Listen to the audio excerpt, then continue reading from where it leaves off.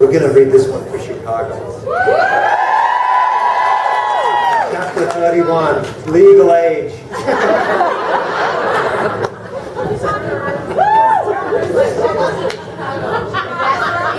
All right, steady on, steady on. One thing I discovered on tour in 1981 was that girls, in all languages, like taking drugs with me. Uh-oh. Even though I had a girlfriend back home, my horror of lonely hotel rooms meant I would go to any lengths to avoid sleeping in them alone. Coke, I was beginning to realize, was an effective insurance policy against that eventuality. I'd been a nerd at school. I wasn't a jock or an intellectual and had never had a regular girlfriend as a teenager.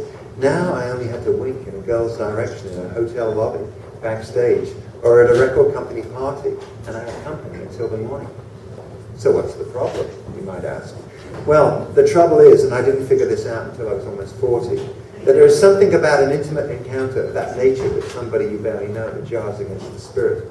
You want it, but it doesn't feel quite right. And when you start doing it night after night, week in, week out, your ideas about love and sex begin to get somewhat distorted.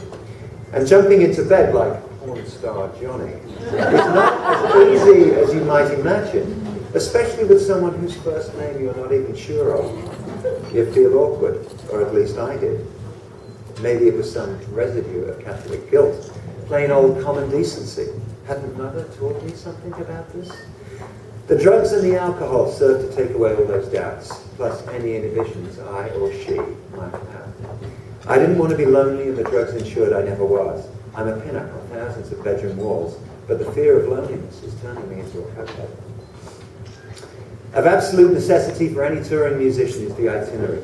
It usually comes as a gift from the tour manager on the last day of rehearsal. Depending on the length of the tour about to be undertaken, it could cover any length of time between 1 week and 2 months. Page 1 lists the principals, the inner circle and the crew who are going to get the show around the world. All the numbers to call if in trouble are listed there. The management, the agencies, the travel agents, the local promoters. Then follows a page-by-page account of the destinations. October 3rd, Chicago. Band Hotel, Ambassador East. Yay! Crew Hotel, Crown Hyatt.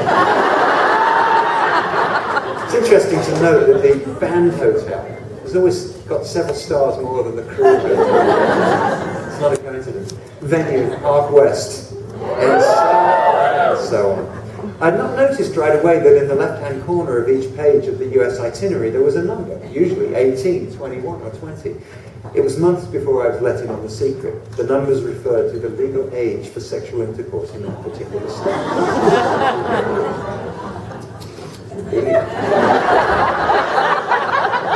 The other necessity for the touring musician is the day sheet, usually slipped under the hotel room door while the occupant is still asleep.